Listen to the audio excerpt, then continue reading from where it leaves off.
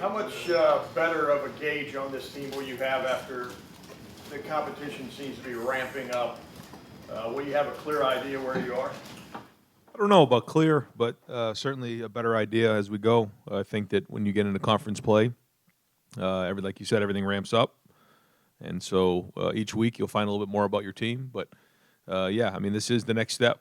I thought we took a good step last week, but this is even more important step now that we're playing in the conference, and the competition will be high. It'll be a tough game, and we know that. So we got to play well, and obviously, the more you play, the better you have an idea what kind of team you have. You mentioned Garrett Wilson had his best week of practice on your radio show. What does that entail? Attitude, work ethic, attention to detail, preparation, physically, mentally, emotionally, and then performance on the field.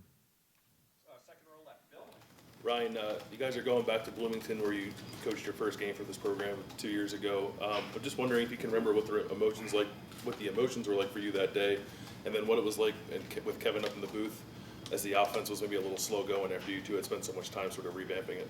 Yeah, it was that was tough that first half, and then we kind of got it going in the second half. But yeah, that was a very emotional game. It was a hot game. The crowd there was really good, and they were coming at us fast and furious early in that game, and scoring some points on us. I think we stalled a couple times in the red zone, and then hit some big plays. Paris had a big run and a big run and catch. I thought J.K. had a big night that night, but yeah, it was the first time Kevin and I were working together in the booth trying to figure it all out, and that was not easy. And like anytime you go on the road and you play in a conference game, it's hard. But Kevin's now 3 years removed from that, and the focus has been more about us. Ryan, what position group is maybe further along than you anticipated at this point? I don't know if anybody's further along than I thought. There's a lot of visions that you have, and what you want as you move forward. We're only 2 games in, so it's hard to tell. It was good to see the O-line coming off the ball and us run the football like that. It's something we got to do. But it's also been good to see the defense run around, especially the linebackers, in physicality, tackling, hitting, running the ball, and being productive. But again, only 2 games in, so we got a long way to go on this thing. Ryan, Tom Allen said today that Michael Penix is going to be a game-time decision for Saturday's game. How does that affect your guys' preparation when you know you could see either one of 2 quarterbacks? Yeah, we've been preparing that way all along anyways. Ramsey's, he's a good player. We've seen that before. He played good against us last year, and then Penix is a young, talented guy. And so, we've been preparing for both of those guys here all along. And, both guys bring different things to the table. So, nothing changed that way. I don't really know how it's all going to play out. Even if somebody's healthy, after the second play, they could go down. So you have to be ready for both and have a plan for both. Ryan, how's Harry Miller doing? Harry's doing good. Harry, I think as a freshman, that one of the hardest position to play is up front is center, making all the calls and handling it all. He's a very intelligent. And when you don't notice him in practice, that's when I think he's doing a good job. And you don't notice him in practice. You just the second team gets out there or he jumps in with the ones, and we just kind of get going. And that's a tribute to him and his ability to kind of take a bunch of new information and then process it and put it on the field. That somebody in his position would be in the role that he is Yeah. at that position, and Absolutely. what makes him. Yeah, I think absolutely. It's very rare to see someone his age being able to work at his level right now. I think. You look at Josh Myers, he's playing well. He's playing at a high level, but it took a little while for him to get there. Billy Price and, all the guys who have been here and different centers that I've been around. It takes time. There's a lot of calls that have to be made. There's so much communication, and you have to snap the football before you block somebody. Where if you're a guard or a tackle, your hand's in the dirt, you're listening to the calls, and you're rolling. And so it's very, very different. And so tribute to him. He's off to a great start.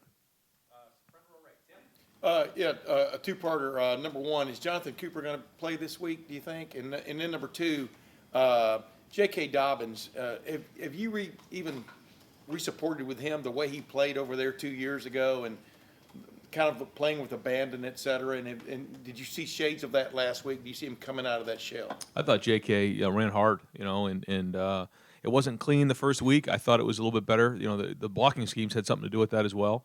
But he was running with his pads down. He was running hard. He was running physical. I thought he had two or three excellent blocks as well.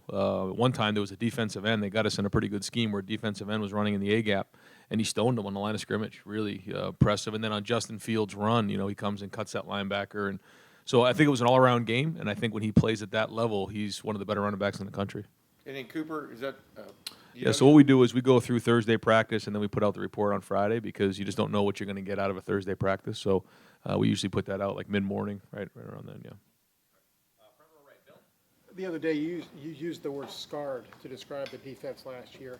Just how bad was it in terms of psychologically for them, and what did you have to do to make sure to get them back to feeling good about themselves? I don't think it was that bad. I mean, they still had a lot of good games, and they still played at a high level. And think about the TCU game, and you think about some of the other games that they had. They played really well, but there were other times where they felt like maybe they didn't play as good as they could have, and so they kind of felt that, and so there's something that kind of they harbored inside of them in the last 6-7 months, and now they're kind of working through that and.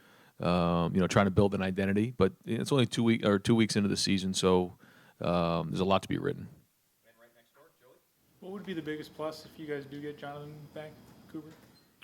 Well, first off, he's a captain. He's a veteran guy. He's a talented player, but then also his experience, his leadership, just his heart, and him being out there is a major deal for us. Ryan, I think the assumption was that Dwan would probably redshirt this year, but you found a use for him. Would you just do it 4 times, or could he, pick 4 games to use him as block a field goal? Or He's a weapon for sure. He's definitely a weapon, and it makes a difference when he's out there. I mean, say what you want, but if it's 6'8", 370 pounds coming, rearing down at a guard, it matters. And then Chase was able to get through. So we're not going to be foolish about it. We'll be smart, and try to make this best decisions based, weekly on what we're seeing. And we don't want to burn his red shirt on field goal blocks. But at the same time, you get 4 games now, and so we'll try to do the best we can. But if we think it can win us a game, we'll do it. Brian, what's the most impressive part about what Tyreek Smith's been able to do since he came back? Well, I think he was off to a really good spring, and then he had had procedure done, and he kind of worked through that, and now to see that sack that he had, that was a really impressive sack, and he's kind of one of those guys that we want to be the next Bosa, the next Chase Young, kind of the next guy up with some of the other guys that we have as youth.